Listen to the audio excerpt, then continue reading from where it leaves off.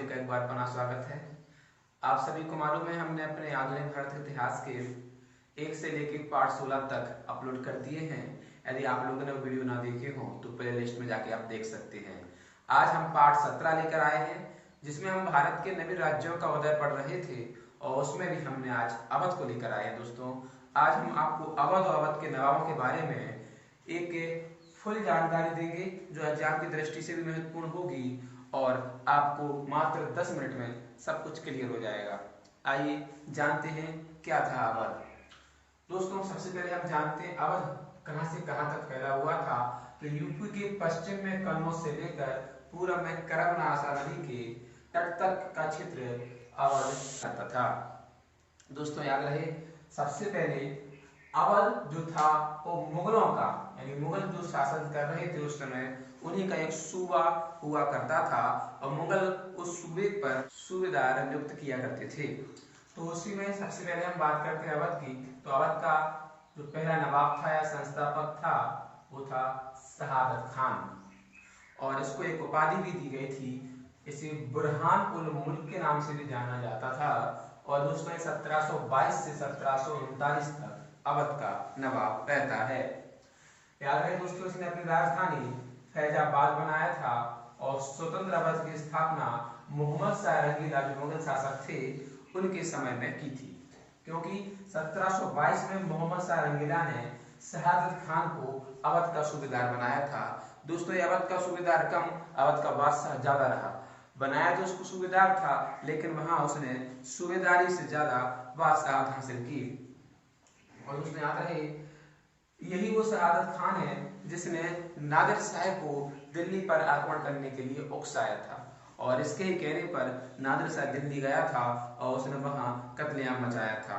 उसके बाद नादिर शाह ने इससे भी एक रकम की डिमांड की, तो ये वो रकम देने में सक्षम नहीं था, तो डर कर इसने जहर खाकर आत्महत्या कर ली थी। और नादिर शाह का जब आक्रमण हुआ था, जहर खाकर आत्महत्या कर ली थी।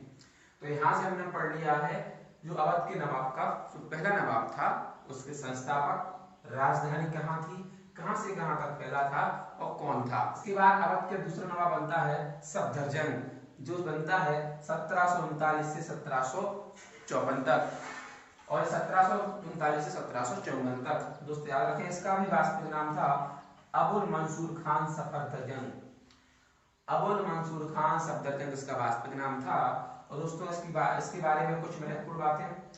1742 में इसने बिहार पर आक्रमण कर पटना को जीत लिया था और 1745 में इसने रोहिलों पर आक्रमण किया, लेकिन वह आक्रमण फैल रहा। और दोस्तों 1748 में मुख्य घटना घटती है जब अहमद शाह अब्दाली के विरुद्ध इसने मुगलों का साथ दिया और जब मुगलों का साथ देता है तो मुगल उस समय जीत जाते हैं और उस समय मुगल बादशाह थे अहमद शाह और अहमद शाह खुश होकर इसे अपना वजीर नियुक्त कर देते हैं। और दोस्तों इसके कुछ योगदान रहे। इसके शासन में हिंदू मुस्लिम में भेदभाव नहीं किया जाता था, उनमें एकता पर बल दिया जाता था, भाईचारे पर बल दिया जाता था।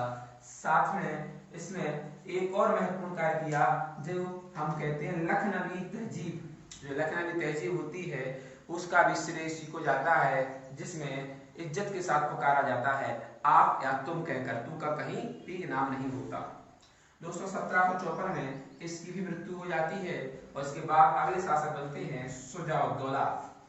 अवध के नवाबों में शुजा-उद-दौला से रिलेटेड बहुत सारी बातें हमने यहाँ पर नोटिस की हैं और लिखी हुई हैं, क्योंकि यहाँ से क्वेश्चन बनते हैं। आइए, शुजा-उद-दौला 1754 से 1775 तक शासन करता है। सबसे पहले 1759 में शाह आलम द्वितीय को इसने शरण दी थी, इसलिए शाह आलम द्वितीय ने खुश होकर शुजा-उद-दौला को अपना वजीर बनाया। में पानीपत का युद्ध में इसने अहमद शाह अब्दाली का साथ दिया, वादा किया मराठों का, लेकिन वादा करके मुकर गया और साथ दिया किसका, अहमद शाह अब्दाली का। और दोस्तों 1763 में इसने बंगाल के नवाब मीर कासिम को भी शरण दी थी। ये बंगाल का नवाब था मीर कासिम।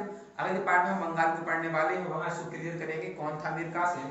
आइए दोस्तों, इसके बाद एक घटना और घटती है, ये इतिहास में बहुत फेमस है, 1764 का बक्सर का युद्ध। इसमें एक त्रिपक्षीय सेना थी, इसमें शाह आलम द्वितीय जो मुगल बादशाह थे, शुजा-उद-दौला जो अवध के नवाब थे, मीर कासिम जो कि बंगाल के नवाब थे, तीनों की एक साथ सेना का नेतृत्व हुआ। तीनों की एक साथ सेना, और इस साइड से अंग्रेज जिसका नेतृत्व किया था हेक्टर मुन्नू ने, दोनों के बीच भीषण युद्ध होता है और तीनों की तीनों सेनाओं को एक साथ अंग्रेजों द्वारा हरा दिया जाता है हेक्टर मुन्नू के नेतृत्व में। और याद रहे दोस्तों, इसके बाद होती है इलाहाबाद की संधि। इलाहाबाद की संधि दो होती है। इलाहाबाद की संधि पहली होती है रॉबर्ट क्लाइव और शाह आलम द्वितीय के साथ, और दूसरी होती है रॉबर्ट क्लाइव और शुजा-उद-दौला के साथ। इस संधि के तहत रॉबर्ट क्लाइव शुजा-उद-दौला से इलाहाबाद और कड़ा, उस समय का कड़ा जो आज का कौशाम्बी है, उसको लेकर शाह आलम द्वितीय को दे देता है। यहाँ पर हमने लिखा हुआ है। और दोस्तों फिर इसके बाद 1773 में बनारस की संधि के तहत वारन हेस्टिंग्स इलाहाबाद तो कड़ा को 50 लाख रुपए में शाह आलम द्वितीय से लेकर शुजा-उद-दौला को दे देता है।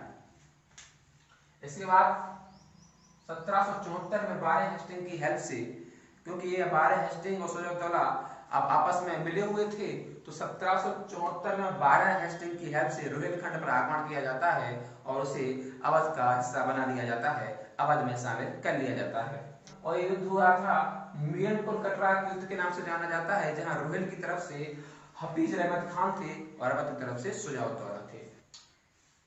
1775 में दोस्तों यहाँ से शुजा-उद-दौला की मृत्यु हो जाती है। इसके बाद आता है अगला अवध का नवाब आसफ-उद-दौला।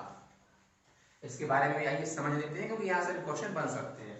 सबसे पहले इसने मुख्य काम किया कि जो अवध की राजधानी फैजाबाद यहाँ बनाई गई थी शहादत खान द्वारा, उसको ट्रांसफर करते हैं लखनऊ, पहली बात। दूसरा, फैजाबाद की संधि होती है 1775 में, जो होती है दोस्तों आसफ-उद-दौला और वारन हेस्टिंग्स के बीच।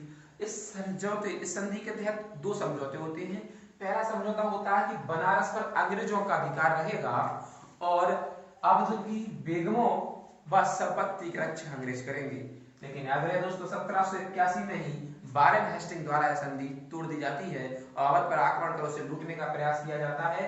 तब वारन हेस्टिंग्स को ब्रिटेन वापस भेज दिया जाता है और एक ब्रिटिश संसद में एक व्यक्ति थे एडमंड बर्ग द्वारा उन पर महाभियोग चलाया जाता है।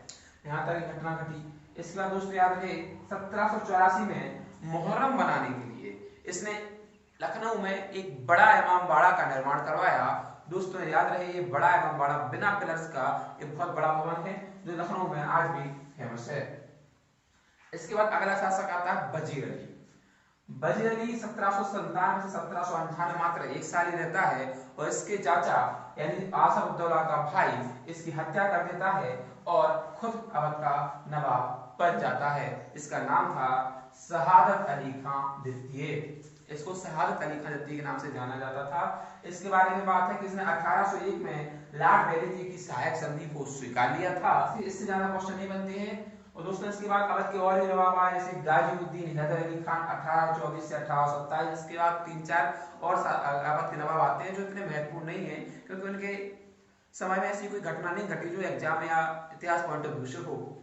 इसके बाद अवध के अंतिम नवाब जिनका नाम था वाजिद अली शाह, जिन्हें 4 फरवरी 1856 को कुशासन का आरोप लगाकर उनके अवध को हड़प लिया जाता है। दोस्तों याद रहे, इसके बाद अवध पूरा का पूरा अंग्रेजों के इस पास चला जाता है, यानी यहाँ से अंग्रेजों द्वारा अवध पर ही पूरा कब्जा कर लिया जाता है।